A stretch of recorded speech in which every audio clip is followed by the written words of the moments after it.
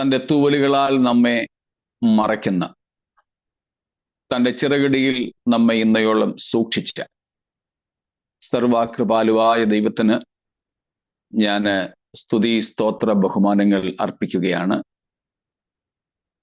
കർത്താവ് നമ്മെ ഇതുവരെ കാക്കുകയും പരിപാലിക്കുകയും ഒക്കെ ചെയ്തല്ലോ. നമുക്ക് ആവശ്യമായിരുന്ന എല്ലാ നന്മകളും അനുഗ്രഹങ്ങളും ദൈവം ചൊരിഞ്ഞതിനായി, ജീവനും ഭക്തിക്കും വേണ്ടതൊക്കെ തന്നതിനായി ത്രിയേക ദൈവത്തെ സ്തുതിക്കുന്നു. സർവശക്തിയുള്ള നമ്മുടെ ദൈവത്തെ നമുക്ക് പരിചയപ്പെടുത്തി തന്ന തൻ്റെ ഏകജാതനായ ക്രിസ്തുയേശുവിന്റെ നാമത്തിൽ എല്ലാവർക്കും വന്ദനങ്ങൾ. കണ്ടാലും ലോകാവസാനത്തോളം എല്ലാ നാളും നമ്മോട് കൂടെ ഉണ്ട് എന്ന് നമ്മുടെ കർത്താവ് അരുളി ചെയ്തു. ഇതുവരെ ആ വാഗ്ദത്തം നിവർത്തിക്കുകയും ചെയ്തല്ലോ. സ്തോത്രം. ഈ ദൈവം എന്നും എന്നേക്കും നമ്മുടെ ദൈവമാണ്. ജീവപര്യന്തം നമുക്ക് ഈ ലോകത്തിൽ ജീവിക്കുവാൻ ലഭിക്കുന്ന അവസാന നിമിഷം വരെ നമ്മെ മരുഭൂമിയിൽ കാക്കുവാനും ആ ദൈവം ശക്തൻ. നമുക്ക് അവന്റെ വാഗ്ദത്തങ്ങളിൽ ആശ്രയിക്കാം. ദൈവം നമ്മെ പിന്നെയും സഹായിക്കട്ടെ. നമ്മൾ പഠിക്കുന്ന വെളിപ്പാട് പുസ്തകം 6-ാം അധ്യായത്തിൽ രേഖപ്പെടുത്തിയിട്ടുള്ളതുമായ മുദ്രാഭേദനത്തിലേക്കാണ് നമ്മുടെ ശ്രദ്ധയെ നാം തിരിക്കുന്നത്. 5-ാം അധ്യായം വെളിപ്പാടിൽ ദൈവകുഞ്ഞാടായ ക്രിസ്തു പിതാവായ ദൈവത്തിന്റെ കയ്യിൽ നിന്ന് 7 മുദ്രകളാൽ മുദ്രയിടപ്പെട്ട പുസ്തകം വാങ്ങുന്നു.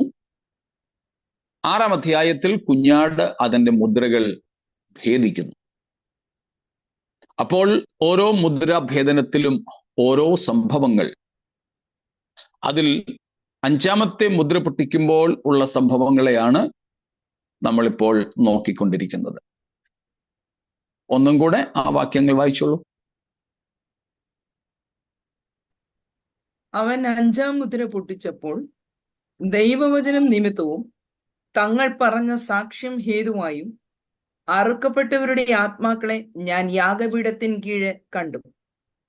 വിശുദ്ധനും സത്യവാനുമായ നാഥ, ഭൂമിയിൽ വസിക്കുന്നവരോട് ഞങ്ങളുടെ രക്തത്തെക്കുറിച്ച് നീ എത്രത്തോളം ന്യായവിധിയും പ്രതികാരവും നടത്താതെയിരിക്കുമെന്ന് അവർ ഉറക്കെ നിലവിളിച്ചു.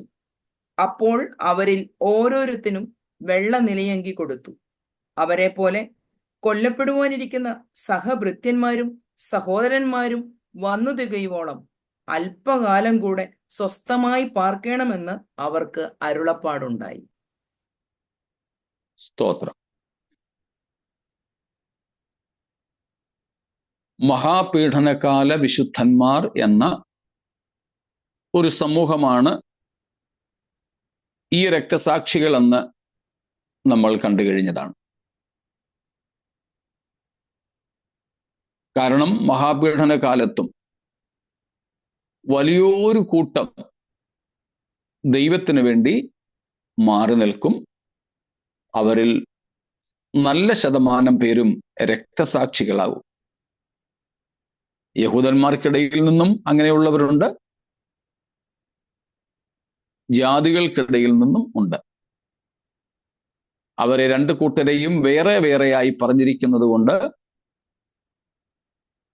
ഈ 2 കൂട്ടരിൽ നിന്നും രക്ഷിക്കപ്പെട്ട് വന്നവരായ ദൈവസഭ അന്ന് ഭൂമിയിൽ നിലവിൽ ഉണ്ടാവില്ല എന്ന് മനസ്സിലാക്കാം.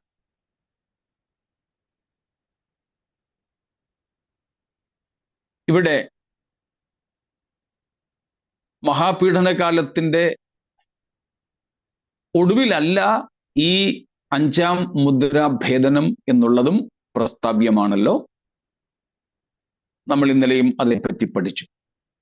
കാരണം ഇനിയും ദൈവത്തിന്റെ വചനവും തങ്ങളുടെ സാക്ഷ്യവും നിമിത്തം കൊല്ലപ്പെടുവാൻ ഉള്ളവരുണ്ട് എന്ന് ഈ വാക്യങ്ങൾ വ്യക്തമാക്കുന്നു. അപ്പോൾ ഇനിയും കൊല്ലപ്പെടുവാൻ ഉള്ളവരുണ്ടെങ്കിൽ മഹാപീഡനകാലം കഴിഞ്ഞിട്ടില്ല. ഏതായാലും മഹാപീഡനത്തിന്റെ രണ്ടാം പകുതിയിൽ സംഭവിക്കുന്ന കാര്യമാണിതെന്ന് ഉറപ്പാണ്. അതുകൊണ്ടാണല്ലോ അങ്ങനെ അനേകർ മരിച്ചവരായി നാം കാണുന്നത്. ഇവിടെ നിന്നും മറ്റൊരു കാര്യം വ്യക്തമാണ്. മരിച്ചുപോയവരുടെ ആത്മാക്കൾ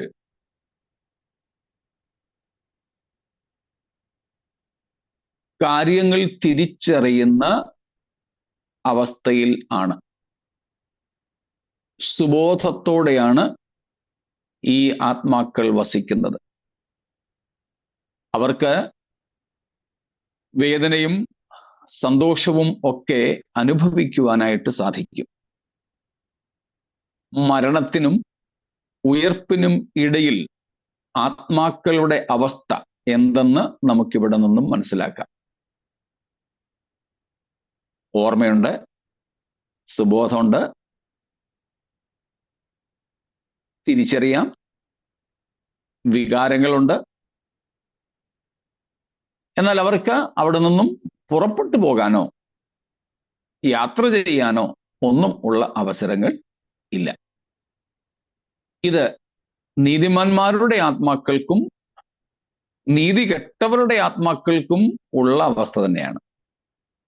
ഇരു കൂട്ടർക്കും അവർ ചെന്ന സ്ഥലത്ത് നിന്ന് സ്വാതന്ത്ര്യമായി യാത്ര ചെയ്യുന്നതിന് അവസരങ്ങളില്ല. യാതനാസ്ഥലത്തായാലും ദൈവത്തോടു കൂടെയുള്ള വാസത്തിലായാലും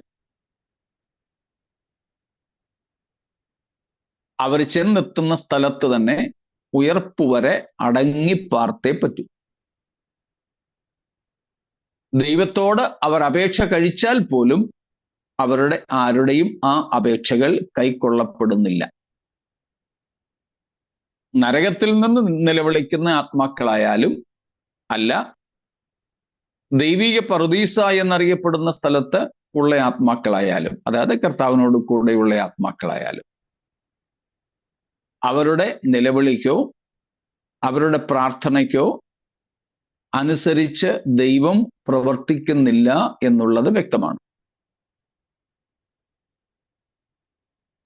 ഈ ആത്മാക്കൾക്ക് വികാര വിചാരങ്ങളുണ്ട്.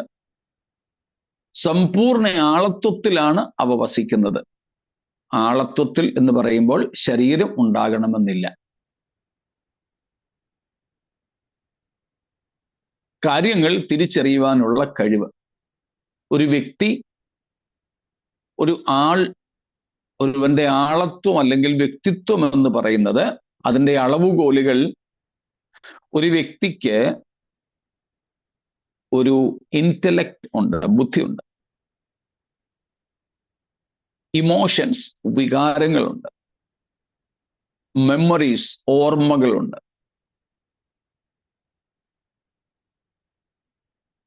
ഒരു വ്യക്തിക്ക് വിൽ, ഇച്ഛകളുണ്ട്.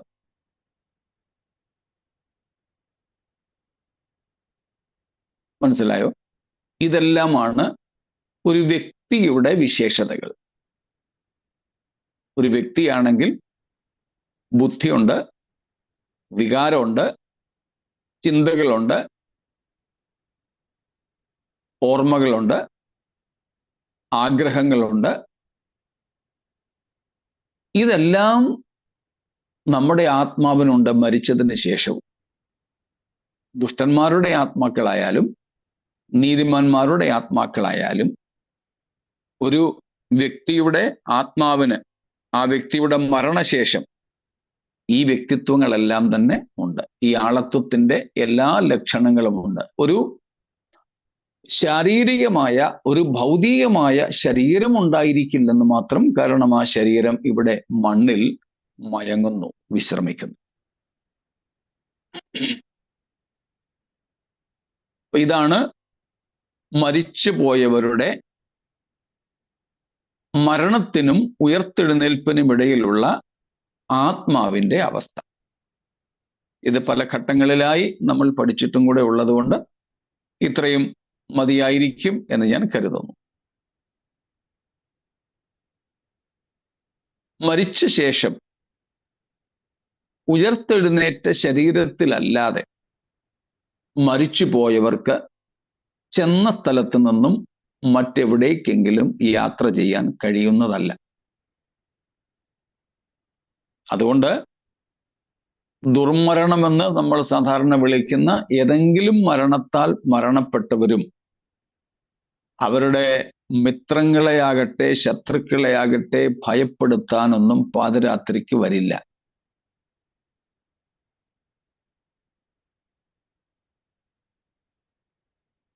ശിഷ്ടന്മാരായി മരിച്ചവർ, ദുഷ്ടന്മാരായിട്ടല്ല, ഓപ്പോസിറ്റ്, ശിഷ്ടന്മാരായി മരിച്ചവർ അവരുടെ പ്രിയപ്പെട്ടവരുടെ ദുഃഖ സന്താപ സന്തോഷവേളകളിൽ അവരോടൊപ്പം സന്തോഷിക്കാനോ സന്താപിക്കാനോ അവരും ആരും വരത്തില്ല. ഞാൻ മുമ്പ് പറഞ്ഞിട്ടുണ്ടല്ലോ, ഞാൻ തന്നെ വിശ്വസിച്ചിരുന്ന ചില കാര്യങ്ങൾ. എൻ്റെ അമ്മയൊക്കെ ഇടയ്ക്ക് പറയുമായിരുന്നു, എടാ മോനെ വന്നിട്ടുണ്ടടാ, വല്യമ്മച്ചി വന്നിട്ടുണ്ട്, ഇങ്ങോട്ട് വന്നേ, ഇവിടെ നിന്നൊന്ന് മണം പിടിച്ചേ. വല്യമ്മച്ചി മരിച്ചപ്പം പൂശിവിട്ട പൗഡറിന്റെ അതേ മണം, വല്യമ്മച്ചി മരിച്ചപ്പം അടിച്ച സ്പ്രേയുടെ അതേ മണം. അന്നൊക്കെ സാമ്പ്രാണിത്തിരിയും കത്തിച്ചു വെക്കുമായിരുന്നു. ആ സാമ്പ്രാണിത്തിരിയുടെ അതേ മണം. ആ വന്നടാ, അമ്മച്ചി വന്നിട്ടുണ്ടടാ.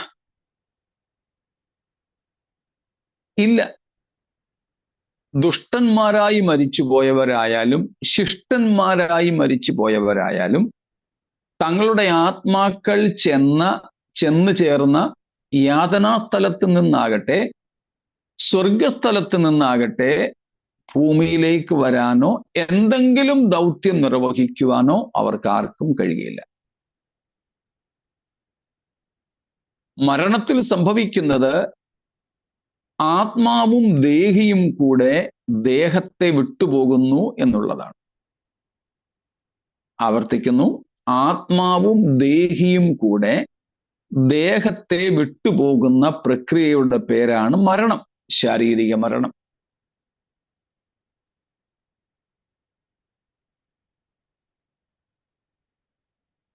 നമ്മുടെ പ്രാണൻ എന്ന് പറയുന്ന വായു മരണസമയത്ത് അന്തരീക്ഷത്തിൽ ലയിക്കുകയാണ്.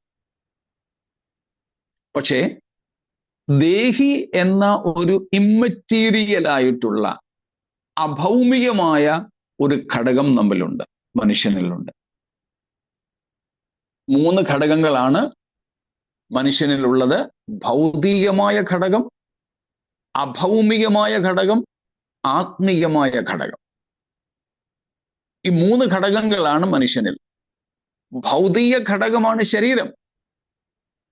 മരണം മൂലം ഈ ഭൗതിക ഭാഗം മണ്ണിൽ ലയിക്കുന്നു. രണ്ടാമത്തേതാണ് അഭൗമികമായ ഘടകം. അതിൻ്റെ ഒരു ഭാഗം ഈ പ്രാണവായുവാണ്, ഓക്സിജൻ. അത് ഈ അന്തരീക്ഷത്തിൽ ലയിച്ചോളും. എന്നാൽ ദേഹി എന്ന ആ അഭൗമിക ഘടകം ഓർമ്മയുടെയും വികാരത്തിൻ്റെയും വിചാരത്തിൻ്റെയും ഇച്ഛകളുടെയും ഒക്കെ ഇരിപ്പിടമായ ദേഹി, അത് ആത്മാവിനോടൊപ്പം ശരീരം വിട്ടുപോവുകയാണ്. മൂന്നാമത്തെ ഘടകം ആത്മീക ഘടകമാണ്, അഥവാ ആത്മാവ്. അത് ദൈവത്തിങ്കിലേക്കാണ് പോകേണ്ടത്. കാരണം അത് ദൈവത്തിൽ നിന്ന് വന്നു. എന്നാൽ ദൈവത്തിങ്കിലേക്ക് പോകുവാൻ കഴിയാത്ത തരത്തിലായിരുന്നു ആ വ്യക്തിയുടെ ജീവിതം. എന്നാൽ ദൈവത്തിൻ്റെ അടുക്കൽ എത്തേണ്ടതും എന്നാൽ എത്തുവാൻ കഴിയാത്തതുമായ ആത്മാക്കളെ പാർപ്പിക്കുവാൻ ദൈവം വേറെ ഒരു സ്ഥലം ഒരുക്കിയിട്ടുണ്ട്. നമ്മൾ അല്ലെങ്കിൽ വേദപുസ്തകം അതിന് എന്ത് പറയുന്നു? യാതനാസ്ഥലം. യാതനാസ്ഥലം എന്ന് പറയുന്നു. അവിടേക്ക് പോകുന്നു. അപ്പോൾ ദൈവസന്നിധിയിലേക്കായാലും യാതനാസ്ഥലത്തേക്കായാലും ആത്മാവ് പോയാൽ ആത്മാവിനോട് കൂടെ ഈ ദേഹിയും ഉണ്ട്. അതുകൊണ്ട് ഈ രണ്ടിൽ ഏത് സ്ഥലത്തെത്തുന്ന ആത്മാക്കൾക്കും സമ്പൂർണ്ണ വ്യക്തിത്വമുണ്ട്. ഭൗതിക ശരീരമില്ല എന്ന് മാത്രം, സമ്പൂർണ്ണ വ്യക്തിത്വമുണ്ട്. അതുകൊണ്ട് എന്തൊക്കെയുണ്ട്? ഇന്റലക്ട്, ബുദ്ധിയുണ്ട്. മെമ്മറി, ഓർമ്മയുണ്ട്. ഇമോഷൻസ്, വികാരങ്ങളുണ്ട്. ചിന്താശക്തിയുണ്ട്. വിൽ, ഇച്ഛാശക്തിയുണ്ട്. എല്ലാം ഉണ്ട്. അതുകൊണ്ട് തന്നെയാണ് യാതനാസ്ഥലത്തേക്കാണ് ഇത് പോകുന്നതെങ്കിൽ അവിടുത്തെ യാതനകൾ അനുഭവിക്കുവാൻ സാധിക്കുന്നത്. ധനവാന്റെയും ലാസറിന്റെയും വിഷയത്തിൽ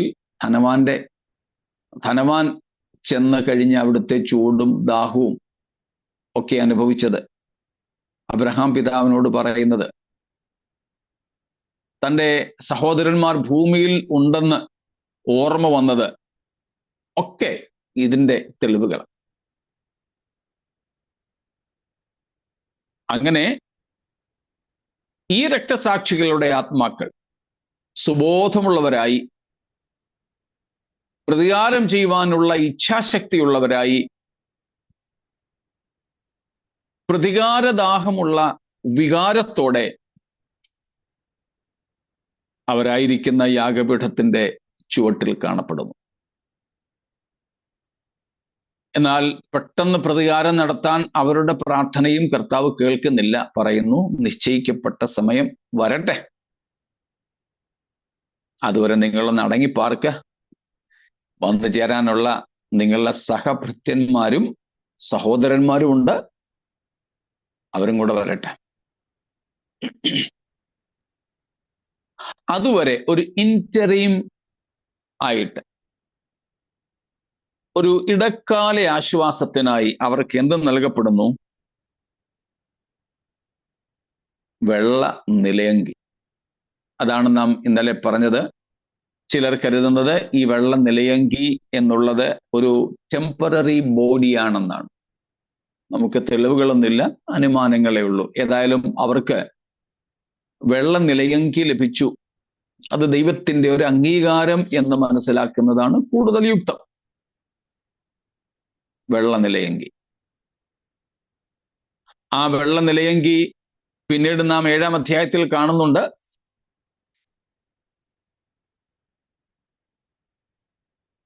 മൂപ്പൻ യോഹന്നാനോട് ചോദിക്കുന്നു, ഈ വെള്ള നിലയങ്കി ധരിച്ച ഇവർ ആരാണ്, എവിടെ നിന്ന് വരുന്നു എന്നൊക്കെ.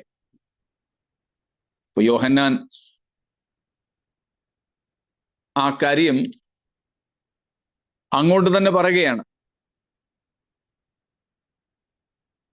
അത് അങ്ങറിയുന്നുവല്ലോ. 13-ാമത്തെ വാക്യമാണ്. നമ്മൾ നേരത്തെ വായിച്ചിട്ടുണ്ടെങ്കിലും ഒന്നും കൂടെ വായിച്ചോളൂ. മൂപ്പന്മാരിൽ ഒരുത്തൻ എന്നോട്, വെള്ള നിലയങ്കി ധരിച്ചിരിക്കുന്ന ഇവർ ആർ, എവിടെ നിന്ന് വന്നു എന്ന് ചോദിച്ചു. യജമാനൻ അറിയുമല്ലോ എന്ന് ഞാൻ പറഞ്ഞതിന് അവൻ എന്നോട് പറഞ്ഞത്, ഇവർ മഹാകഷ്ടത്തിൽ നിന്ന് വന്നവർ, കുഞ്ഞാടിന്റെ രക്തത്തിൽ തങ്ങളുടെ അങ്കി അലക്കി വെളുപ്പിച്ചിരിക്കുന്നു. സ്തോത്രം. അപ്പോൾ അവർക്ക് 6-ാം അധ്യായത്തിൽ ലഭിച്ച വെള്ള നിലയങ്കി ഒരു ശരീരം എന്നതിനേക്കാൾ യേശുവിന്റെ രക്തത്താലുള്ള അവർ പ്രാപിച്ച വിശുദ്ധീകരണത്തെ കാണിക്കുന്നു എന്ന് ചിന്തിക്കുന്നതാണ് കൂടുതൽ യുക്തമായി എനിക്ക് തോന്നുന്നത്. നിങ്ങൾ ആർക്കെങ്കിലും ഒരു താൽക്കാലിക ശരീരം എന്നതിനെക്കുറിച്ച് വിചാരിക്കണമെങ്കിൽ കുഴപ്പമൊന്നുമില്ല. അതിൽ പാപവും തെറ്റും ഒന്നുമില്ല എന്നും പറയുന്നത് പോലെ അത് നിത്യതയെ ബാധിക്കുന്ന ഒരു വ്യത്യസ്ത അഭിപ്രായവും അല്ലാത്തത് കൊണ്ട് സ്വാതന്ത്ര്യമുണ്ട്. എന്നാൽ എൻ്റെ വ്യക്തിപരമായ ചിന്ത, അവർക്ക് യേശുവിന്റെ രക്തത്താലുള്ള ശുദ്ധീകരണം മൂലം ദൈവസന്നിധിയിൽ പ്രവേശനമുണ്ട് എന്നതിന് അടയാളമായും അവർക്ക് ഒരു ഇടക്കാല ആശ്വാസമായും കർത്താവ് അവരെ അറിയിക്കുന്ന കാര്യമാണ്, നിങ്ങൾ എൻ്റെ പുത്രന്റെ രക്തത്താൽ കഴുകൽ പ്രാപിച്ചവരാണ്, നിങ്ങൾ വിശുദ്ധീകരിക്കപ്പെട്ടവരാണ്, ഞാൻ നിങ്ങളെ അത് നിമിത്തം കൈക്കൊള്ളുന്നു എന്ന അവരുടെ ആശ്വാസത്തിനായി കൊടുക്കുന്ന ഒരു അംഗീകാരമായി മാത്രം ഞാനതിനെ കാണുന്നു. അതാണ് അവർക്ക് കൊടുത്ത വെള്ള നിലയങ്കി. അതാരാണ്, എന്താണ് എന്നൊക്കെ മൂപ്പന്മാരിൽ ഒരുത്തൻ യോഹന്നാനോട് ചോദിക്കുന്നു. യോഹന്നാൻ 7:13-14 വാക്യങ്ങളാണ് നമ്മൾ വായിച്ചത്. അതിന് പ്രകാരമാണ് ഞാനിത് പറയുന്നത്. യോഹന്നാൻ പറയുന്നു, യജമാനൻ അറിയുന്നുവല്ലോ. അപ്പോൾ പറയുന്നു, ഇവർ മഹാകഷ്ടത്തിൽ നിന്നും വന്നവരാ. എങ്ങനെയാ ഈ വെള്ള ഉടുപ്പ് ധരിച്ചേക്കുന്നത്? വെള്ള നിലയങ്കി അവർക്ക് ലഭിച്ചത് എങ്ങനെയാണ്? കുഞ്ഞാടിന്റെ രക്തത്തിൽ തങ്ങളുടെ അങ്കി അലക്കി വെളുപ്പിച്ചതാ. അങ്കി നമുക്കറിയാം, പ്രത്യേകിച്ച് ലിനനും ഒന്നും കൊണ്ടുപോയവരല്ല ഇവര്. അവിടുത്തെ അങ്കി അവരുടെ ജീവിതം എന്ന വസ്ത്രത്തെയാണ് കാണിക്കുന്നത്. നമ്മൾ 3-ാം അധ്യായത്തിൽ നിന്നും ആ കാര്യങ്ങൾ പഠിക്കുകയുണ്ടായി. വസ്ത്രം, അങ്കി, ഉടുപ്പ് എന്നൊക്കെ ഉള്ളതിന്റെ വിവിധ സാധ്യതകൾ അല്ലെങ്കിൽ അർത്ഥങ്ങൾ. ഇവിടെ പറയുന്ന അങ്കി അവരുടെ ജീവിതമാണ്, അവരുടെ ജീവിതമാണ്. അല്ലാതെ സ്വർഗത്തിൽ നമുക്ക് പ്രത്യേകിച്ച് വസ്ത്രമൊന്നും, മെറ്റീരിയലായ സാധനമൊന്നും ലഭിക്കുന്നില്ല എന്നുള്ളത് നമുക്കറിയാം. അവിടെ അതിൻ്റെ ആവശ്യമില്ല. ശരീരം ഭൗതികമല്ലാത്തത് കൊണ്ട് ആ ശരീരത്തെ മറയ്ക്കുവാൻ ഭൗതിക വസ്തുക്കളും ആവശ്യമില്ല. നമുക്ക് നിത്യതയിൽ ലഭിക്കുന്ന ശരീരം ഭൗതികമല്ല. അതുകൊണ്ട് ഉടുക്കുവാൻ ഭൗതിക വസ്ത്രങ്ങളുടെ ആവശ്യവും ഇല്ല. സ്തോത്രം. അപ്പോൾ അങ്കിയെപ്പറ്റി അതാണ് നാം കാണുന്നത്. അപ്പോഴും അവരുടെ ശരീരം ഇവിടെ ഭൂമിയിൽ തന്നെ വിശ്രമിക്കുകയാണ്. 20-ാം അധ്യായത്തിന്റെ 4-ാം വാക്യത്തിൽ എത്തുന്നത് വരെ, അതായത് യേശുക്രിസ്തു ഭൂമിയിലേക്ക് തന്റെ സകല വിശുദ്ധന്മാരുമായി ഇറങ്ങി വന്ന് എതിർ ക്രിസ്തുവിനെ ശിക്ഷിച്ച് നരകത്തിയിലേക്ക് തള്ളിയിട്ട് ഇവിടെ ഈ ഭൂമിയിൽ തന്റെ സഹസ്രാബ്ദ രാജ്യം സ്ഥാപിക്കുന്നതുവരെ, അല്ലെങ്കിൽ സഹസ്രാബ്ദ രാജ്യത്തിന്റെ തുടക്കത്തിന് തൊട്ടു മുൻപ് വരെ അവർ ഉയർത്തെഴുന്നേൽപ്പ് പ്രാപിക്കാതെ ഉയർപ്പിനായി കാത്തുകൊണ്ടിരിക്കുന്നു. ആ ഉയർപ്പിന്റെ 3 ഘട്ടങ്ങളെ പറ്റിയൊക്കെ നമ്മൾ ഇന്നലെ പഠിച്ചല്ലോ. അതുകൊണ്ട് അതെല്ലാം വിടുകയാണ്.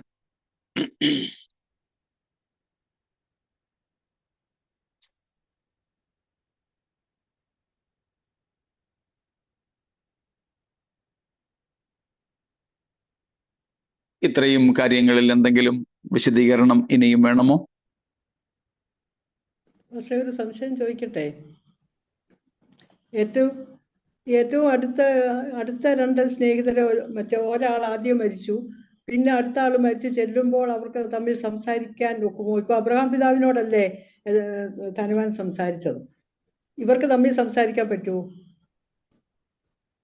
അവർക്ക് തമ്മിൽ തിരിച്ചറിയാനും സംസാരിക്കാനും ഒക്കെ സാധിക്കും. ഓക്കെ. എന്നാൽ നിത്യതയിലെത്തുമ്പം നമ്മൾ ഇവിടുത്തെ പോലെ അയ്യോടി സുജയ് എന്തുകൊണ്ടടി വിശേഷം, ഡോക്ടർ സാജു അവിടെ എന്തൊക്കെയുണ്ട് വിശേഷം, ഇതൊന്നും നമ്മൾ ചോദിക്കാൻ പോകത്തില്ല അവിടെ. മനസ്സിലായി. പക്ഷെ പറ്റുമോ എന്ന് ഞാൻ ചോദിച്ചത്. പറ്റും സംസാരിക്കാൻ സാധിക്കും. പക്ഷെ നമ്മൾ അതിനുവേണ്ടി അവിടെ സമയം എടുക്കില്ല. കാരണം ഇതിനേക്കാൾ വലിയ കാര്യങ്ങളാണ് അവിടെ. കർത്താവിന്റെ സാന്നിധ്യം നമുക്കവിടെ ഉള്ളപ്പോൾ മറ്റുള്ളവരുടെ, അവിടെ എത്തുന്നവരുടെ സാന്നിധ്യം നമ്മെ സംബന്ധിച്ച് ഒരു വിഷയമേ ഇല്ല. ആയിരിക്കില്ല. Okay, thank you. യാ ഇത് നമുക്ക് ഉയർപ്പിന് മുമ്പേ പരസ്പരം ഉള്ള സമയമല്ലേ പാസ്റ്റർ? എന്തോ ഉയർപ്പിന് മുമ്പേ ഉള്ള സമയമല്ലേ ഇത്? അതെ അതെ, ആത്മാക്കളുടെ സ്ഥിതിയാണത്. അതെ, അന്നേരം അവിടെ ദൈവ സാന്നിധ്യം ഉണ്ടോ? തീർച്ചയായിട്ടും. അല്ലാതെ വിശ്രമ സ്ഥലത്തല്ലേ? അല്ലല്ലോ, നമ്മൾ ഒത്തിരി പ്രാവശ്യം അത് ചിന്തിച്ചിട്ടുണ്ട്. ഒന്നും കൂടെ വേണമെങ്കിൽ വായിച്ചോളൂ. അപ്പോസ്തല പ്രവൃത്തികൾ 7-ാം അധ്യായത്തിന്റെ 50-ാം വാക്യമാണെന്നാണ് എൻ്റെ ഓർമ്മ.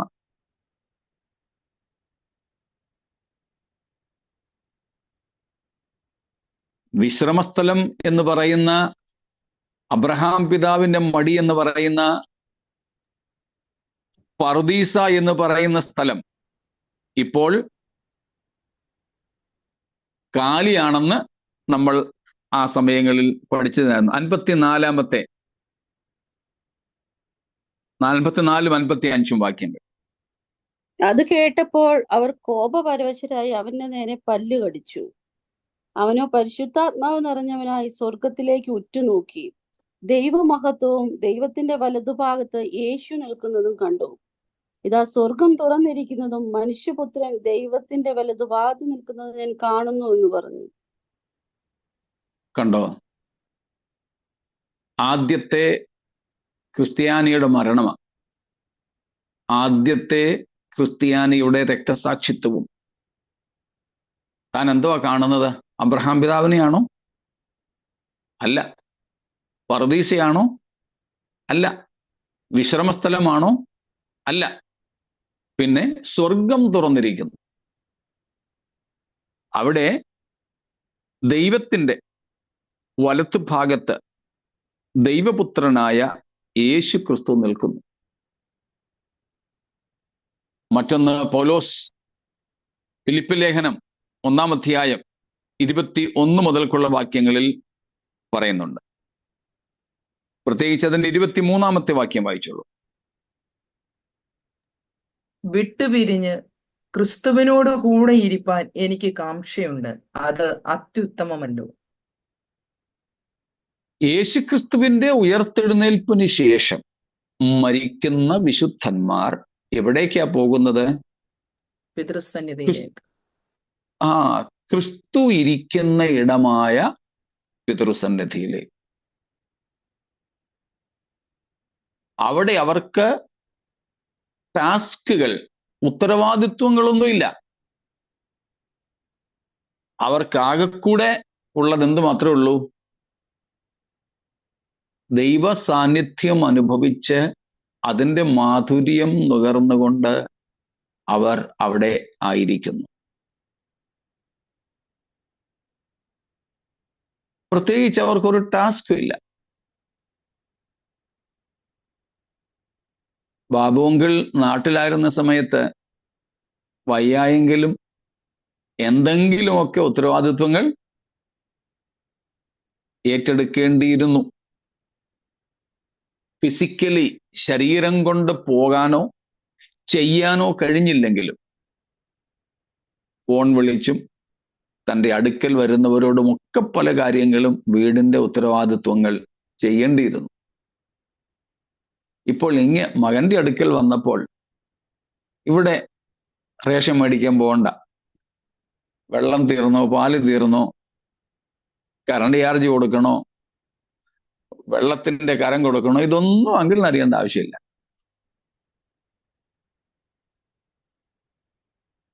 ഒരു ഉത്തരവാദിത്വവും ഇവിടെ നിർവഹിക്കുവാനായിട്ട് അദ്ദേഹത്തിനില്ല.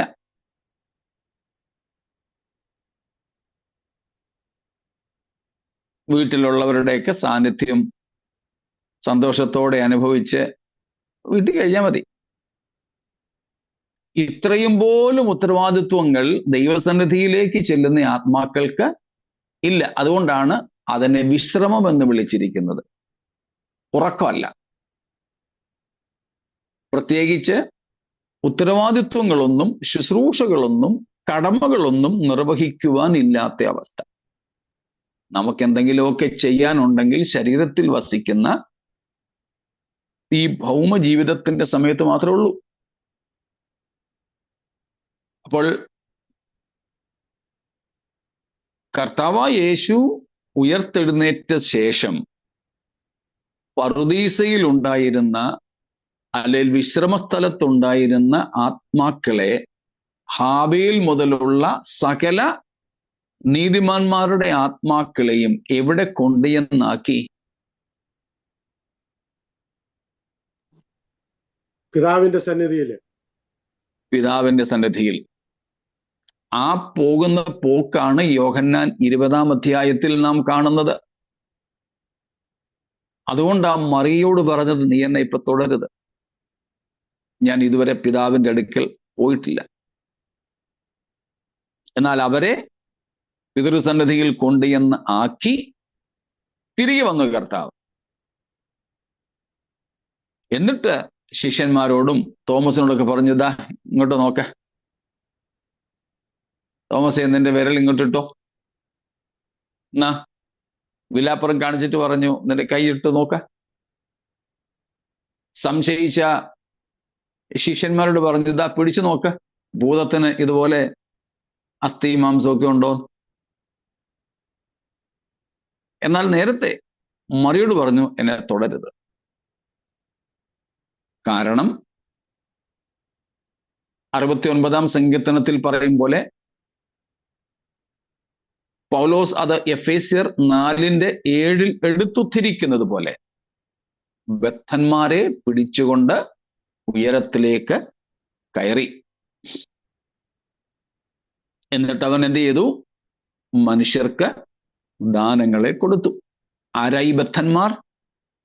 ഹാബേൽ മുതൽ യേശുക്രിസ്തുവിന്റെ മരണവും ഉയർത്തെഴുന്നേൽപ്പും കാത്ത് കാത്ത് കാത്ത് കിടന്ന നീതിമാന്മാരുടെ ആത്മാക്കൾ. അവരെ പിതൃസന്നിധിയിൽ കൊണ്ടുചെന്ന് സ്വതന്ത്രരാക്കി. അതിനുശേഷം മരിക്കുന്ന ആദ്യത്തെ വ്യക്തിയാണ്, നീതിമാനായ ആദ്യത്തെ വ്യക്തിയാണ് ആര്? സ്തേഫാനോസ്. അദ്ദേഹം കാണുന്നത് സ്വർഗം തുറന്നിരിക്കുന്നു. മഹത്വത്തിന്റെ അല്ലെങ്കിൽ ദൈവത്തിന്റെ വലത്തു ഭാഗത്ത് യേശുക്രിസ്തു നിൽക്കുന്നു. അവിടേക്കാണ് സ്തേഫാനോസ് മരിച്ചു പോയത്. പൗലോസും അക്കാര്യം തന്നെ പറയുന്നു. അതുകൊണ്ട് ഇന്നും മരിക്കുന്ന സകല വിശുദ്ധന്മാരും നേരിട്ട് എവിടേക്കാ പോകുന്നത്? കർത്താവിന്റെ സന്നിധിയിലേക്ക്. പൗലോസ് പറയുന്നു, വിട്ടുപിരിഞ്ഞ് അബ്രഹാം പിതാവിന്റെ മടിയിലെന്നല്ല, ക്രിസ്തുവിനോടുകൂടെ ഇരിപ്പാൻ എനിക്ക് കാംക്ഷയുണ്ട്. അപ്പൊ ഇന്ന് മരിക്കുന്ന സകല വിശുദ്ധന്മാരും നേരിട്ട് കർത്തൃസന്നിധിയിലേക്കാണ് പോകുന്നത്. ആ കർത്താവിന്റെ സാന്നിധ്യം നാം ആവോളം നുകരുകയാണ്. പൗലോസ് അതാ പറയുന്നത്. അവിടെ പോയി ചുമ്മാ ഒരു വികാരവും വിചാരവും ഒന്നും ഇല്ലാതെ എങ്ങാണ്ട് ഇരുട്ടുമുറിയിൽ കിടക്കാനല്ല. പൗലോസ് പറയുന്നത്, അവിടെ ചെന്നാൽ കർത്താവിന്റെ സാന്നിധ്യത്തെ അനുഭവിക്കുവാനായിട്ട് സാധിക്കും. ആഴത്തിൽ, അക്ഷരികമായി. വേറെ ഒന്നും അവിടെ ഇല്ല. ഓർമ്മകളും ബാക്കിയുള്ളതൊക്കെ ഉണ്ടാവും നമ്മളിപ്പോ പറഞ്ഞതുപോലെ. പക്ഷെ അതൊന്നും അവരെ അലട്ടുകയില്ല.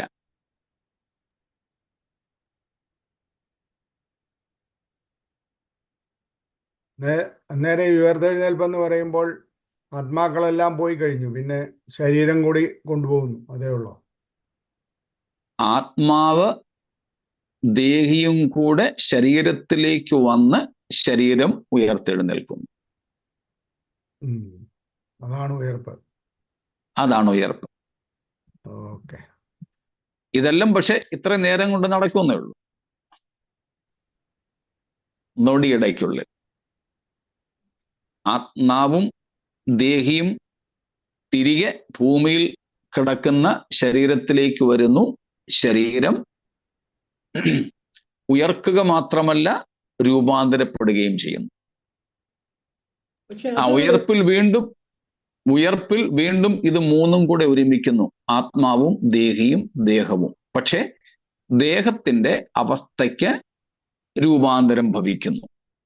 അമർത്യമായതും അദ്രവത്വമുള്ളതും തേജസ്സുള്ളതും അക്ഷയമായതും സ്വർഗീയമായതും ആത്മീയമായതും സ്വർഗീയനെ പോലെ ഉള്ളതും ധരിക്കുന്നുവെന്ന് മാത്രം. സ്തോത്രം.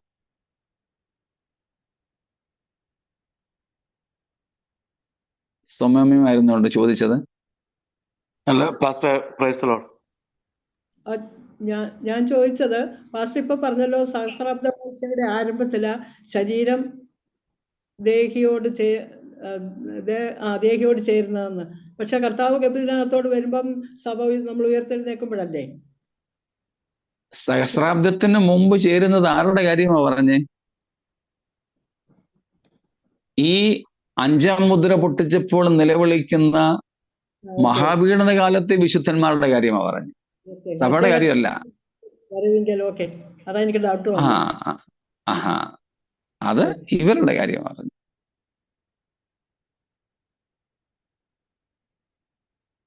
കഴിഞ്ഞോ? പാസ്റ്റർ, ഞാൻ ഒരു സംശയമാണ്. ഈ ശൗല് വെളിച്ചപ്പാടത്തിന്റെ അടുത്ത് ചെന്നിട്ടുള്ള ഒരു സംഭവം ഇല്ലേ, ശമൂവേൽ പ്രവാചകന്റെ? അത് ഒരു റിപ്പോർട്ടിംഗ് ആണ്. അതൊരു റിപ്പോർട്ടിംഗ് ആണ് എന്ന് പറഞ്ഞാൽ, അവിടെ ഇപ്പോൾ നമ്മൾ പറഞ്ഞതാണ് മരിച്ചവരുടെ അല്ലെങ്കിൽ ആത്മാക്കളുടെ അവസ്ഥയെക്കുറിച്ചുള്ള വേദപുസ്തക ഉപദേശം. ആ വേദപുസ്തക ഉപദേശത്തിന് യോജ്യമല്ലാത്ത ഒരു കാര്യമാണ് അവിടെ റിപ്പോർട്ടിംഗ് ചെയ്തിരിക്കുന്നത്. റിപ്പോർട്ടഡ് സ്പീച്ച് ആണ് അവിടെ, വ്യാകരണം അനുസരിച്ച്. അവിടെ കാണുന്നത് ഒരു പ്രത്യേക രൂപമാണ്. അതിനെക്കുറിച്ച് നമ്മൾ പല പ്രാവശ്യം കൊരിന്തി ലേഖനത്തിൽ നിന്നും എടുത്ത് പഠിച്ചിട്ടുണ്ട്. 2 കൊരിന്ത്യർ 11-ാമത്തെ അധ്യായം അതിൻ്റെ 14-ാമത്തെ വാക്യത്തിൽ കാണുന്നു. 2 Corinthians 11:14, സാത്താൻ താനും വെളിച്ചദൂതന്റെ വേഷം ധരിക്കുന്നുവല്ലോ. സാത്താൻ ആരുടെ രൂപം വേണമെങ്കിലും എടുക്കാം. യേശുവിന്റെ രൂപത്തിൽ പോലും സാത്താൻ പ്രത്യക്ഷപ്പെടും. അവിടെയും നടന്നത് അത്രേ ഉള്ളൂ. ഈ വെളിച്ചപ്പാടത്തി അടിമയാക്കി വെച്ചിരുന്ന ഒരു ദുരാത്മാവ് സമയാസമയങ്ങളിൽ ആവശ്യമുള്ളപ്പോൾ ആ ദുരാത്മാവ് ആവശ്യപ്പെടുന്ന ഒരാളിന്റെ രൂപം എടുത്തുകൊണ്ട് പ്രത്യക്ഷപ്പെടുകയാണ് വെളിച്ചപ്പാടത്തികൾ അന്നും ഇന്നും എല്ലാം ചെയ്യുന്നത്. മന്ത്രവാദത്തിൽ സംഭവിക്കുന്നത് അവൾ അടിമയാക്കിയിരുന്ന ആ ആത്മാവ് ശമൂവേൽ ഇവിടെ ജീവിച്ചിരുന്നയാളാ. ആ ശമൂവേലിന്റെ രൂപം ഇവിടെ വെളിച്ചദൂതന്റെ വേഷം സാത്താൻ താനും ധരിക്കുന്നെന്ന് പറഞ്ഞതുപോലെ ശമൂവേലിന്റെ വേഷം ധരിച്ചുകൊണ്ട് ഒരു നാടകം, ഒരു പ്രച്ഛന്ന വേഷത്തിൽ ഈ ദുരാത്മാവ് ഈ സ്ത്രീയുടെ മുമ്പിൽ വെളിപ്പെട്ടു. ഇന്നും അങ്ങനെ തന്നെയാ. മരിച്ചവരുടെ ആത്മാക്കളോട് സംസാരിക്കുന്ന രീതിയൊക്കെ ഇന്നും ഇല്ലേ? ഉണ്ടല്ലോ. ഇത് തന്നെയാണ് അന്നും ഇന്നും നടക്കുന്നത്. അതല്ലാതെ ശമൂവേൽ എഴുന്നേറ്റ് വന്നതും ശമൂവേലിന്റെ ആത്മാവ് വന്നതും ഒന്നും അല്ലത്. അത് അവരുടെ സാമ്പത്തിക നന്മയ്ക്ക് വേണ്ടി വെളിച്ചപ്പാടത്തികൾ അങ്ങനെ സാമ്പത്തിക നന്മയോ സാത്താൻ സേവയും എല്ലാം ഉണ്ട്. പൊതുജനത്തിന്റെ സേവനമെന്നൊക്കെ അവരതിന് പറയും. അതാണ് അവിടെ സംഭവിച്ചത്. മരിച്ചു കഴിഞ്ഞാൽ ആത്മാവിന് രൂപമോ ഘടനയോ ഓ, ഉണ്ടോ? അങ്ങനെ രൂപമോ ഘടനയോ ഇല്ലെങ്കിൽ പിന്നെ എങ്ങനെയാ അവർക്ക് വിശക്കുകയും ദാഹിക്കുകയൊക്കെ ചെയ്യുന്നത്? ആർക്കാ വിശക്കുന്നത്?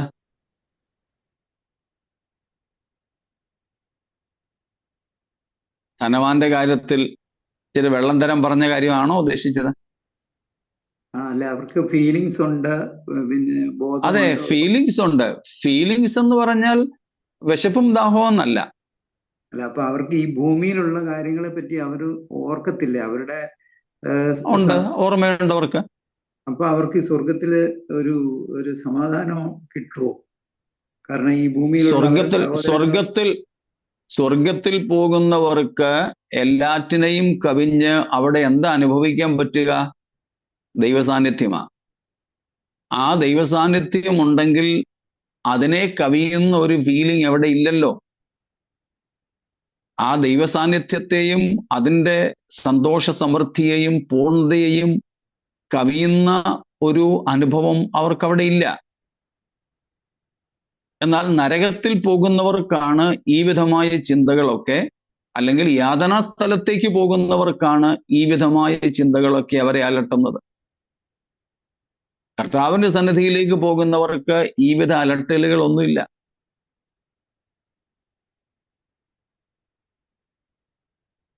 ധനവാൻ അവിടെ കിടന്നുകൊണ്ട് യാതന അനുഭവിക്കുന്നു. ആ യാതനയുടെ ഒരു തീവ്രതയെ കാണിക്കാനാണ്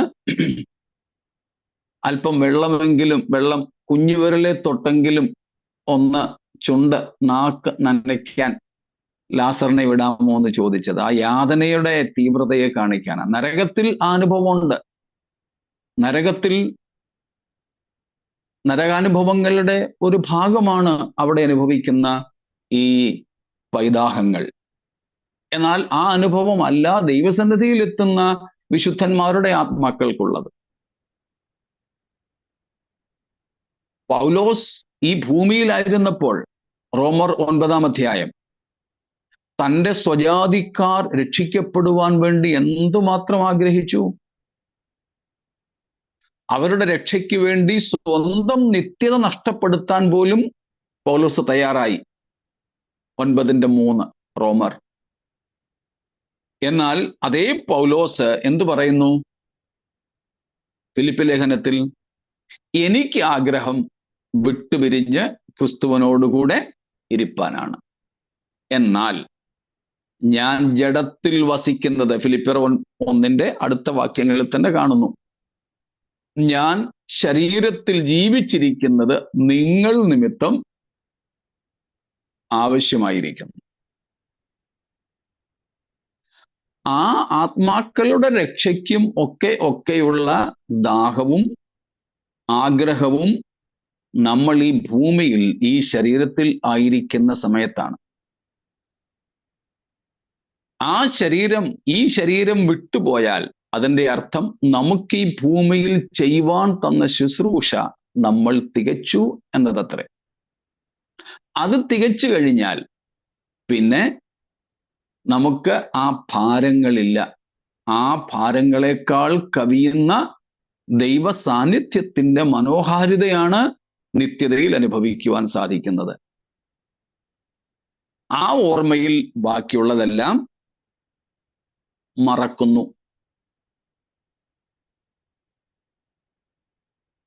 ഇസഹാക്ക് റിബേക്കയെ കണ്ട് ഭാര്യയായി സ്വീകരിച്ച് കൂടാരത്തിലേക്ക് കൊണ്ടുപോയി. അവർ ഭാര്യാഭർത്താക്കന്മാരായി തീർന്നതിനെ കുറിച്ച് ബൈബിൾ രേഖപ്പെടുത്തുന്നു. അങ്ങനെ അവന്റെ അമ്മ മരിച്ച ദുഃഖം തീർന്നുപോയി.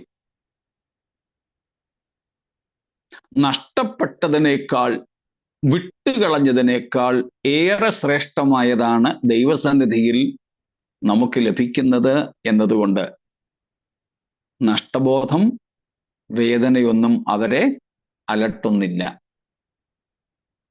ഞാനിപ്പോൾ ജീവിച്ചിരിക്കുമ്പോൾ ഞാൻ ഒരിക്കൽ പറഞ്ഞിട്ടുണ്ട്, ഒരിക്കൽ ഞാൻ പ്രസംഗിച്ചത് എനിക്ക് ഓർമ്മയുണ്ട്. കുട്ടിയങ്കളിലേക്ക് ചർച്ചിൽ ഞാൻ ഇരിക്കുന്ന സമയത്ത് എനിക്കും അന്നെനിക്ക് മക്കൾ ആകുന്നതിന് മുമ്പായിരുന്നു എനിക്ക് തോന്നുന്നു, അല്ലെങ്കിൽ ബിജിൻ കൊച്ചു കുഞ്ഞായിരിക്കുമ്പോഴാണ് ഞാനത് പ്രസംഗിച്ചത്. ഇനി ബിജൻ ഉണ്ടെന്നിരിക്കട്ടെ, ഞാനും ഭാര്യയും മോനും, ഞങ്ങൾ 3 പേരിൽ ഒരാൾ, അല്ലെങ്കിൽ 3 പേരിൽ 2 പേര് മരിക്കാനും ഒരാൾ ജീവിച്ചിരിക്കാനും ദൈവം ഒരവസരം തന്നാൽ, ഞാൻ അന്ന് പറഞ്ഞു, ഞാൻ ആദ്യം എൻ്റെ ഭാര്യയും കുഞ്ഞിനെ മരിക്കാൻ അനുവദിക്കും, ഞാൻ ജീവനോടിരിക്കാനും ആഗ്രഹിക്കും. മറ്റൊന്നും കൊണ്ടായിരുന്നില്ല. ഞാൻ മരിച്ചു കഴിഞ്ഞിട്ട് ഞാനില്ലാതെ പാവം എൻ്റെ ഭാര്യയും കുഞ്ഞും കഷ്ടപ്പെട്ട് ജീവിക്കുന്നത് എനിക്ക് ഓർക്കാൻ വയ്യായിരുന്നു. എങ്ങാനും അവർ കഷ്ടപ്പെടുകയോ ഇനി വിശ്വാസത്തിൽ നിന്ന് പിന്മാറുകയോ വല്ലതും ചെയ്താലോ, വേണ്ട, ഞാൻ കഷ്ടപ്പെട്ടോളാം, ഭാര്യയും പിള്ളേരും ഒന്നും ഇല്ലാതെ ഞാൻ ഇവിടെ അങ്ങ് കഷ്ടപ്പെട്ടോളാം, സാരമില്ല, ഞാൻ സ്നേഹിക്കുന്ന ഭാര്യയും കുഞ്ഞും പൊക്കോട്ടെ, നിത്യതയിലെത്തിക്കോട്ടെ. അവരെക്കുറിച്ചുള്ള ഭാരം ചിന്ത കൊണ്ടായിരുന്നു അങ്ങനെ. എന്നാൽ ഈ ദിവസങ്ങളിൽ ഞാൻ നേരെ തിരിച്ചു ചിന്തിക്കാൻ തുടങ്ങി. ഞാൻ മരിച്ച് ദൈവസന്നിധിയിലേക്ക് പോകാനും എൻ്റെ ഭാര്യയും മക്കളും ഇവിടെ ജീവിച്ചിരിക്കാനും അവസരം തരുന്നെങ്കിൽ, ഞാൻ ഭാവന കാണാറുണ്ട് ഈ കാര്യമൊക്കെ, ഞാൻ മരിക്കാൻ തിരഞ്ഞെടുക്കും. കാരണം എൻ്റെ ഭാര്യയും മക്കളെയും കുറിച്ച് ഈ ശരീരത്തിൽ ജീവിച്ചിരിക്കുമ്പോഴാണ് എനിക്ക് അവരോട് പ്രത്യേക വികാരവും എനിക്ക് അവരോട് പ്രത്യേക കരുതലും ഒക്കെ തോന്നുന്നത്. ഞാൻ ഈ ശരീരം വിട്ടുകഴിഞ്ഞാൽ, അതും പ്രത്യേകിച്ച് ദൈവസന്നിധിയിലേക്ക് എത്തിക്കഴിഞ്ഞാൽ, പിന്നെ എൻ്റെ സ്നേഹമെന്ന വികാരം എൻ്റെ ഭാര്യയോടും മക്കളോടും ഒന്നും ആയിരിക്കില്ല. അതിൻ്റെ അനേകം മടങ്ങായിട്ട് ആ വികാരം ദൈവത്തിങ്കിലേക്ക് മാത്രം തിരിച്ചുവിടും. അപ്പോൾ ഭൂമിയിലെ ഓർമ്മകളൊന്നും എന്നെ റിഗ്രറ്റിലേക്ക്, ഒരു ദുഃഖത്തിലേക്ക് നയിക്കത്തില്ല. നമ്മൾ ഈ ശരീരത്തിൽ വസിക്കുമ്പോൾ മാത്രമേ ഉള്ളൂ ആ ഓർമ്മകളൊക്കെ. ഇപ്പൊ തന്നെ ഞാൻ ഇവിടെ ആയിരിക്കുന്നു, കുടുംബവും സഭയും ഒക്കെ അവിടെ ആയിരിക്കുന്നു, എന്നെ ഓർമ്മകൾ അലട്ടും. അവിടെ ആയിരുന്നെങ്കിൽ, സമയമൊക്കെ നോക്കി ഓരോ സമയത്തും അവിടുത്തെ കാര്യങ്ങളൊക്കെ ഓർമ്മ വരും, അലട്ടലുകളുണ്ട്. പക്ഷേ ഈ അലട്ടൽ എപ്പോഴില്ല? ദൈവസന്നിധിയിലേക്ക് ഞാൻ എത്തിയാൽ പിന്നെ എനിക്കില്ല, റിഗ്രറ്റ്സ് പിന്നെ ഇല്ല അവിടെ. അതുകൊണ്ട് ദൈവസന്നിധിയിൽ എത്തുന്ന ആത്മാക്കൾക്ക് ഈ ഓർമ്മകളും വികാരങ്ങളും ഒന്നും എന്ത് ചെയ്യില്ല, അവരെ ബുദ്ധിമുട്ടിക്കത്തില്ല. അവർക്ക് ഇവയൊക്കെ കവിയുന്ന തിരുസാന്നിധ്യത്തിന്റെ നിറവിന്റെ അനുഭവം മാത്രം ഉണ്ടാവുള്ളൂ. അത് മതി. അതിൽ ഇതെല്ലാം മറക്കും. അതുകൊണ്ട് നമ്മുടെ ഏതെങ്കിലും ഏറ്റവും പ്രിയപ്പെട്ട ഒരാൾ മരിച്ച് ദൈവസന്നിധിയിൽ എത്തിയെന്നിരിക്കട്ടെ, നമ്മൾ അവരെ കുറിച്ച് ഒത്തിരി കരയുക. അപ്പൊ ദൈവം പറയുക അവരോട്, മോനെ, ഇതാ നിന്റെ ഇന്നാള് ഒത്തിരി നിർബന്ധിക്കുന്നു, പ്ലീസ് നീ പോയിട്ട് ഒരു 10 കൊല്ലം കൂടെ പോയിട്ട് അവിടെ വാ. വരുമോ ആള്? ഇല്ലില്ല, വരത്തില്ല. ആൾ വേണേ പറയും, കർത്താവേ അവരെയും കൂടി ഇങ്ങോട്ടും കൊണ്ടുപോരെ, എന്നെ അങ്ങോട്ട് വിടരുതേ. ഒട്ടും ആഗ്രഹിക്കത്തില്ല. അത്രയ്ക്ക് അത്യുത്തമമായ സ്ഥലത്തേക്കാണ് ഈ വിശുദ്ധന്മാരുടെ ആത്മാക്കൾ ചെന്നെത്തുന്നത്. അതുകൊണ്ട് ആ പറഞ്ഞ ഒരു സംഭവം യാതനാസ്ഥലത്തേ ഉള്ളൂ, ദൈവസന്നിധിയിൽ ഇല്ല.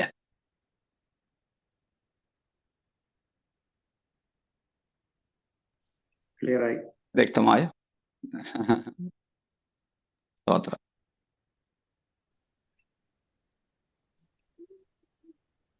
പാസ്റ്റർ, അതുപോലെ ഇപ്പൊ ഈ 6-ാം അധ്യായത്തിലെ പറയുന്ന അല്പകാലം കൂടെ പാർക്കണമെന്ന് പറയുന്നു.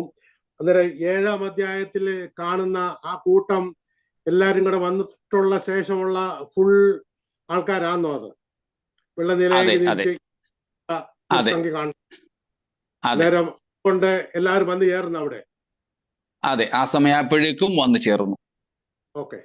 അതുകൊണ്ട് നമ്മൾ ആദ്യം പറഞ്ഞത് ഈ അധ്യായങ്ങൾ കാലക്രമം അനുസരിച്ചുള്ള ഒരു രേഖപ്പെടുത്തൽ അല്ല എന്ന്. ഓക്കെ. ക്രോണോളജിക്കൽ ഓർഡറിലല്ല ഇത് ക്രമീകരിച്ചിരിക്കുന്നതെന്ന് നമ്മൾ അതുകൊണ്ടാണ് നേരത്തെ തന്നെ പറഞ്ഞത്. ഇത് കയറി ഇറങ്ങി കിടക്കുക. അതുകൊണ്ട് തന്നെയാണ് നമുക്ക് മനസ്സിലാക്കാനും പ്രയാസം തോന്നാറ്. പാസ്റ്റർ, ഒരു കാര്യം കൂടെ, ഈ ബദ്ധന്മാരെ പിതാവിന്റെ സന്നിധിയിലേക്ക് കൊണ്ടുപോയി എന്ന് പറയുന്നല്ലോ. ഈ ഹെബ്രായ ലേഖനത്തിൽ നമ്മൾ പറയുന്നുണ്ടല്ലോ, നമ്മെ കൂടാതെ രക്ഷാപൂർത്തി പ്രാപിക്കാതിരിക്കേണ്ടതിന് ദൈവം നമുക്ക് വേണ്ടി നല്ലതൊന്ന് മുൻകരുതിയിരിക്കുന്നു എന്ന് പറയുന്നുണ്ടല്ലോ. അപ്പോഴ് അപ്പൊ അതൊരു രക്ഷാപൂർത്തി ആയിട്ടാണോ അപ്പൊ ദൈവസന്നിധിയിലേക്ക് അവര് നമുക്ക് മുന്നമേ കടന്നു ചെല്ലുന്നത്? അങ്ങനെ ആർക്കും ഇതുവരെ രക്ഷാപൂർത്തി ലഭിച്ചിട്ടില്ല. റോമർ 8:23. എപ്പോഴാണ് രക്ഷാപൂർത്തി ലഭിക്കുന്നത്? ശരീരത്തിന്റെ വീണ്ടെടുപ്പായ പുത്രത്വം പ്രാപിക്കുമ്പോഴാണ്. അത് അവർക്കും ലഭിച്ചിട്ടില്ല, നമുക്കും ലഭിച്ചിട്ടില്ല. അത് കർത്താവിന്റെ വരവെങ്കിൽ മാത്രമേ ഉള്ളൂ.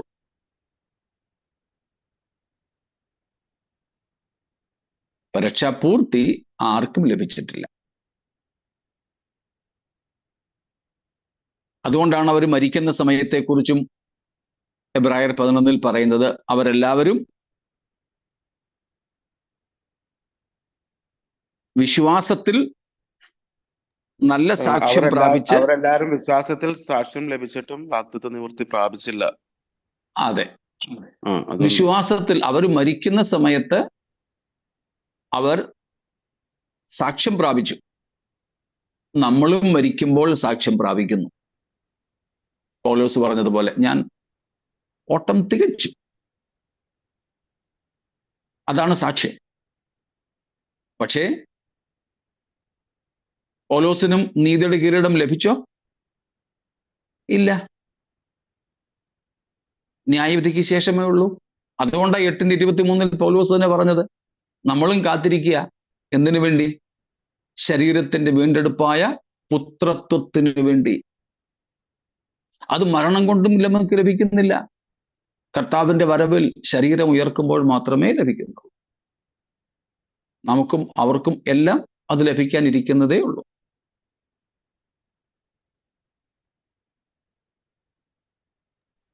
Thank you pastor. ഓക്കെ.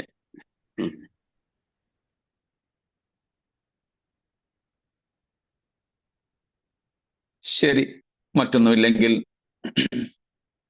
നമുക്ക് അടുത്ത മുദ്രാഭേദനത്തിലേക്ക് പോകാം. അതാണ് നാം 12 മുതൽക്കുള്ള വാക്യങ്ങളിൽ കാണുന്നത്, വെളിപ്പാട് 6-ാമത്തെ അധ്യായത്തിൽ. അതിന്റെ 12 മുതൽ 17 വരെയുള്ള വാക്യങ്ങളാണ്. 12-ാമത്തെ വാക്യം: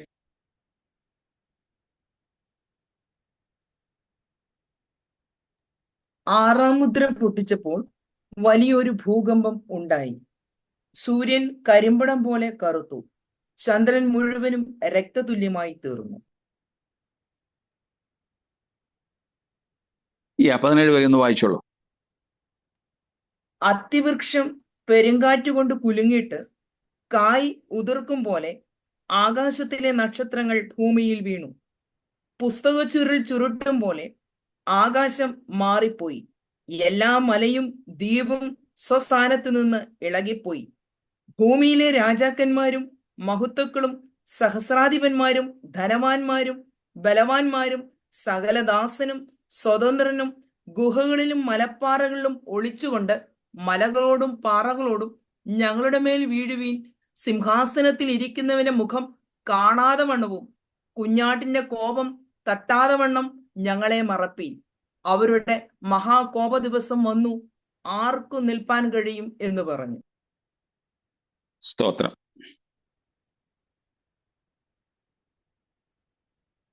നമ്മൾ കണ്ടായിരുന്നല്ലോ 6-ാം അധ്യായത്തിലെ 6 മുദ്രകൾ പൊട്ടിക്കുന്നു. 7-ാമത്തേത് 6-ാം അധ്യായത്തിലല്ല. ഈ 7 മുദ്രകൾ കുഞ്ഞാട് പൊട്ടിക്കുമ്പോൾ അതിൻ്റെ ആദ്യത്തെ 4 മുദ്രാഭേദനത്തിൽ സംഭവിക്കുന്നത് രാഷ്ട്രീയമായ ചില കോളിളക്കങ്ങളാണ്. 5-ാം മുദ്രാഭേദനത്തിൽ കാണുന്നത് മതപരമായ ചില നടപടിക്രമങ്ങളാണ്. എന്നാൽ 6-ാമത്തെ മുദ്രാഭേദനത്തിൽ നാം കാണുന്നത് നാച്ചുറൽ കലാമിറ്റീസ്, പ്രകൃതി ദുരന്തങ്ങളാണ്. അത് നമ്മൾ നേരത്തെ ചിന്തിച്ചായിരുന്നു.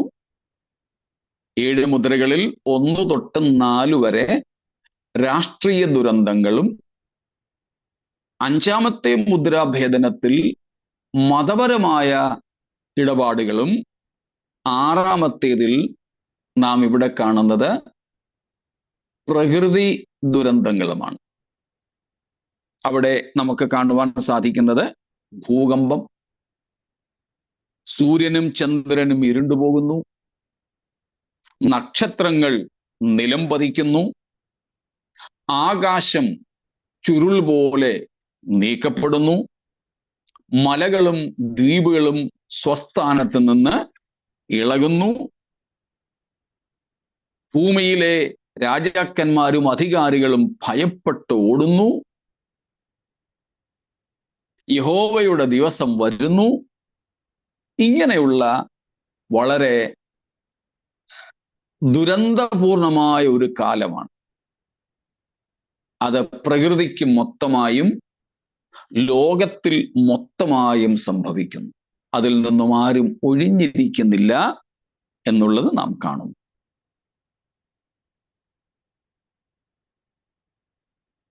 അപ്പോൾ 12 മുതൽ 17 വരെയുള്ള വാക്യങ്ങളിലെ 6-ാം മുദ്രാഭേദനത്തിൽ പ്രകൃതിക്കുണ്ടാകുന്ന മാറ്റങ്ങളാണ്, അല്ലെങ്കിൽ പ്രകൃതിയെ കൊണ്ട് ഭൂവാസികളെ പീഡിപ്പിക്കുന്ന കാര്യങ്ങളാണ്, ഭീതിപ്പെടുത്തുന്ന കാര്യങ്ങൾ. അതിൻ്റെ വിവരണമാണ് നാം ഇവിടെ കാണുന്നത്. അതിൽ നിന്ന് ആരും ഒഴിഞ്ഞിരിക്കുന്നില്ല. 15-ാം വാക്യത്തിൽ കാണുന്നുണ്ട്, ഭൂമിയിലെ രാജാക്കന്മാർ, മഹത്തുക്കൾ, സഹസ്രാധിപന്മാർ, ധനവാന്മാർ, ബലവാന്മാർ, സകലദാസന്മാരും സ്വതന്ത്രരും എന്ന് പറഞ്ഞാൽ, മഹാപീഡന കാലത്ത് കഷ്ടതകളും ഉപദ്രവങ്ങളും ഏറ്റുകൊണ്ടും ദൈവത്തിന് വേണ്ടി മാറി നിന്ന വിശുദ്ധന്മാരുടെ സംഘം ഒഴികെയുള്ള സകല മനുഷ്യരെയും ഒരുപോലെ ബാധിക്കുന്ന ദൈവത്തിൻ്റെ മഹാകോപ ദിവസമായിട്ടാണ് നമുക്കിവിടെ ഇതിനെ കാണാൻ സാധിക്കുക. നമ്മൾ കഴിഞ്ഞ ദിവസങ്ങളിലൊക്കെ പഠിച്ചതുപോലെ യഹോവയുടെ ദിവസം എന്ന ഒരു ദിവസത്തിൻ്റെ വെളിപ്പാടായി നമുക്കിത് കാണാം. ഈ കാര്യങ്ങളൊക്കെ ഇതിൽ വിവരിച്ചിരിക്കുന്നത് പോലെ യഹൂദന്മാർക്ക് വളരെ പെട്ടെന്ന് മനസ്സിലാകുമായിരുന്നു. യഹോവയുടെ ദിവസം അത് വളരെ ഭീകരതകൾ നിറഞ്ഞ ഒരു നാളായിട്ട് നമ്മൾ കണ്ടു. സഭ മഹാപീഡനത്തിലൂടെ കടന്നു പോകുമോ എന്ന പഠനം നമ്മൾ ചെയ്തപ്പോൾ 2 തെസ്സലോനിക്കർ 2-ാം അധ്യായത്തിന്റെ ആദ്യ വാക്യങ്ങളെ ആസ്പദീകരിച്ചുകൊണ്ട് നമ്മൾ ഇതിലെ ചില കാര്യങ്ങൾ പരാമർശിച്ചിരുന്നു. ഓർമ്മ കാണും നിങ്ങൾക്ക്.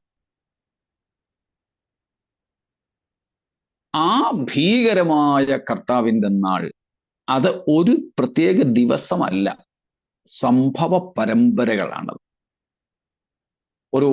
ഒരു പ്രത്യേക സമയത്തോ ഒരു പ്രത്യേക ദിവസത്തിലോ മാത്രം പരിമിതപ്പെടുന്ന ചില സംഭവങ്ങളല്ല, പകരം അത് ഒരു സംഭവ പരമ്പരയാണ്. ഒരു സംഭവ പരമ്പര.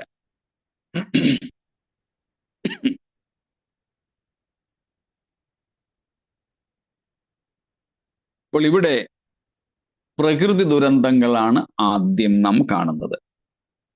വളരെ ഭീകരതയുടെ ഒരു കാലം, ഭയാനകമായ സംഭവങ്ങൾ. സ്തോത്രം. പഴയ നിയമത്തിൽ നോക്കിയാലും യഹോവയുടെ ദിവസത്തിനും ദൈവത്തിന്റെ ന്യായവിധി നാളിലും നടക്കുന്ന 5 പ്രധാന സംഭവങ്ങൾ കാണാം. സ്തോത്രം. ഈ പ്രപഞ്ച വിനാശത്തിന്റെ 5 മുഖങ്ങൾ. ഇവിടെയും നമുക്ക് അതുപോലെ തന്നെ 5 കാര്യങ്ങൾ കാണുവാൻ സാധിക്കുന്നുണ്ട്. എന്തൊക്കെയാ? 12-ാം വാക്യത്തിൽ ഒന്നാമത്തേത് ഭൂകമ്പം. വിവരണത്തിലേക്ക് നമുക്ക് നാളെ എത്താൻ ദൈവം വെച്ചാൽ ഇന്നത് സൂചിപ്പിച്ച് മാത്രം നിർത്താം, സമയം നമ്മുടെ തീരാൻ പോകുന്നല്ലോ. അപ്പോൾ 5 കാര്യങ്ങൾ. ഒന്ന്, 12-ാം വാക്യത്തിൽ ഭൂകമ്പം. രണ്ടാമത്തേത് സൂര്യചന്ദ്രന്മാർ ഇരുണ്ടുപോകുന്നു, അല്ലെങ്കിൽ സൂര്യൻ കരിമ്പടം പോലെ കറുക്കുകയും ചന്ദ്രൻ രക്തതുല്യമായി തീരുകയും ചെയ്യുന്നു. മൂന്നാമത്തേതാണ് നക്ഷത്രങ്ങൾ ഭൂമിയിൽ നിപതിക്കുന്നത്. 13-ാം വാക്യത്തിൽ അത്തിവൃക്ഷം പെരുങ്കാറ്റ് കൊണ്ട് കുലുങ്ങിയിട്ട് കായ് ഉതിർക്കും പോലെ ആകാശത്തിലെ നക്ഷത്രങ്ങൾ ഭൂമിയിൽ വീണു. നാലാമത്തേത് ആകാശം ചുരുണ്ട് മാറിപ്പോകുന്നു, പുസ്തക ചുരുട്ടും പോലെ ആകാശം മാറിപ്പോകുന്നു. അഞ്ചാമത്തേതാണ് എല്ലാ മലയും ദ്വീപും സ്വസ്ഥാനത്ത് നിന്ന് ഇളകിപ്പോകുന്നു. സ്തോത്രം. ഇങ്ങനെയുള്ള 5 ഭീകരമായ അവസ്ഥകൾ, 5 ഭീകരമായ അവസ്ഥകൾ നമുക്കവിടെ കാണാം. ഈ ഭീകരതയുടെ സ്വഭാവം നോക്കിക്കേ. 15-ാമത്തെ വാക്യത്തിൽ അത് മുമ്പ് ഞാൻ പറഞ്ഞതുപോലെ സമൂഹത്തിലെ എല്ലാ തട്ടിലുമുള്ളവരെ ഒരേപോലെ ബാധിക്കുന്ന, അതായത് ഈ ഭീകരമായ അവസ്ഥയുടെ യൂണിവേഴ്സൽ നേച്ചർ, സാർവത്രികമായ സ്വഭാവം നമുക്കിവിടെ കാണാൻ പറ്റും. ആരും എങ്ങും ഒഴിഞ്ഞിരിക്കുന്നില്ല. അതിനെ നമുക്ക് ഒറ്റ വാക്കിൽ പറയാൻ പറ്റുന്നതാണ് പഴയ നിയമ ഭാഷയിൽ യഹോവയുടെ ദിവസം. ഇതാണ് 6-ാം മുദ്രാഭേദനത്തിൽ സംഭവിക്കുന്നത്. എന്നാൽ ഈ ഭീകരമായ അവസ്ഥകളിലൂടെ പ്രപഞ്ചം കടന്നു പോകുമ്പോൾ ക്രിസ്തു തുല്യതകളില്ലാത്ത കഷ്ടം സഹിച്ച് രക്തം ചിന്തി വീണ്ടെടുത്ത ദൈവസഭയെ ഈ പ്രപഞ്ച കഷ്ടങ്ങളിലൂടെ കടത്തിവിടുന്നത് ദൈവത്തിന് ഉചിതമായ കാര്യം അല്ല. ഇതെല്ലാം പാപത്തിന്റെ ശിക്ഷകളാണ്. ഇതെല്ലാം പാപത്തിന്റെ ശിക്ഷയാ, ലോകത്തിന്റെ പാപത്തിന്റെ ശിക്ഷ. എന്നാൽ ആ പാപത്തിന്റെ ശിക്ഷ മുഴുവനും ദൈവം തൻ്റെ പുത്രന്റെ മേൽ ചുമത്തി അവനിൽ വിശ്വസിക്കുന്നവരെ ആ ശിക്ഷാവിധിയിൽ നിന്ന് വിമോചിപ്പിച്ചു. അങ്ങനെ വിമോചിതരാണ് നാം. ഞാൻ ഇടയ്ക്ക് പറയുന്നത് പോലെ blood wash and blood board saints. രക്തം കൊണ്ട് കഴുകൽ പ്രാപിച്ചവരും രക്തത്താൽ വിലയ്ക്ക് വാങ്ങപ്പെട്ടവരുമാണ് നാം. അങ്ങനെ നമ്മുടെ ശിക്ഷ മുഴുവനും ഏറ്റെടുത്ത കർത്താവ് ഇനിയും പാപത്തിന്റെ ഈ ശിക്ഷകളിലൂടെ തൻ്റെ സഭയെ ഒരിക്കലും കടത്തിവിടുകയില്ല. നാം ഇന്ന് സഹിക്കുന്ന കഷ്ടങ്ങൾ, ഉപദ്രവങ്ങൾ, അത് പാപത്തിന്റെ ശിക്ഷയായ കഷ്ടതകളും ഉപദ്രവങ്ങളും അല്ല. പിന്നെ ബാലശിക്ഷകളാണ്. ചിലത് ബാലശിക്ഷകളാണ്, മറ്റു ചിലത് ഉപദ്രവങ്ങൾ തുടങ്ങിയുള്ള കാര്യങ്ങളോ ക്രിസ്തുവിന്റെ ശരീരമായ സഭയ്ക്ക് വേണ്ടി യേശുവിന്റെ അക്ഷരീക ശരീരത്തിൽ കുറവായുള്ളത് പൂരിപ്പിക്കുന്ന ഒരു ആത്മീയ ഘടകം മാത്രമാണ്. അത് പാപത്തിന്റെ ശിക്ഷയല്ല. അതുകൊണ്ട് ഈ ഉപദ്രവങ്ങളിലൊക്കെ കൂടെ നാം കടന്നു പോകുമ്പോൾ, സഭ കടന്നു പോകുമ്പോൾ ആര് നമ്മോട് കൂടെ ഇരിക്കുന്നു? സഭാനാഥൻ. എന്നാൽ ലോകം ഈ ഭീകരമായ അവസ്ഥകളിലൂടെ പോകുമ്പോൾ, രാഷ്ട്രീയമോ മതപരമോ പ്രാപഞ്ചികമോ ആയ ഈ പീഡകളിലൂടെ ലോകം കടന്നു പോകുമ്പോൾ എന്തേ കർത്താവ് അവരോട് കൂടെ ഇരിക്കുന്നുണ്ടോ? ഇല്ല, ഇല്ല. അതാണ് ക്രിസ്തീയ പീഡകളും ഈ മഹാപീഡന കാലത്തെ കഷ്ടങ്ങളും തമ്മിലുള്ള വ്യത്യാസത്തിൽ പ്രധാനപ്പെട്ടത്. അതുകൊണ്ട് ഈ ഭീകരാവസ്ഥകളിലൂടെ നമുക്ക് പോകേണ്ടി വരില്ല എന്ന സന്തോഷത്തോടെ നമ്മുടെ കർത്താവിന്റെ വരവിനായിട്ടൊരുങ്ങുവാൻ ഈ ചിന്തകളും പഠനങ്ങളും നമ്മെ അധികം പ്രാപ്തരാക്കട്ടെ, ഒരുക്കട്ടെ എന്ന് പ്രാർത്ഥിച്ച് ഇവിടെ ഇന്ന് നമുക്ക് നിർത്താം. കർത്താവിന്റെ വരവ് താമസിച്ചാൽ വിശദീകരണങ്ങളിലേക്ക് നാളെ നമുക്കെത്താം.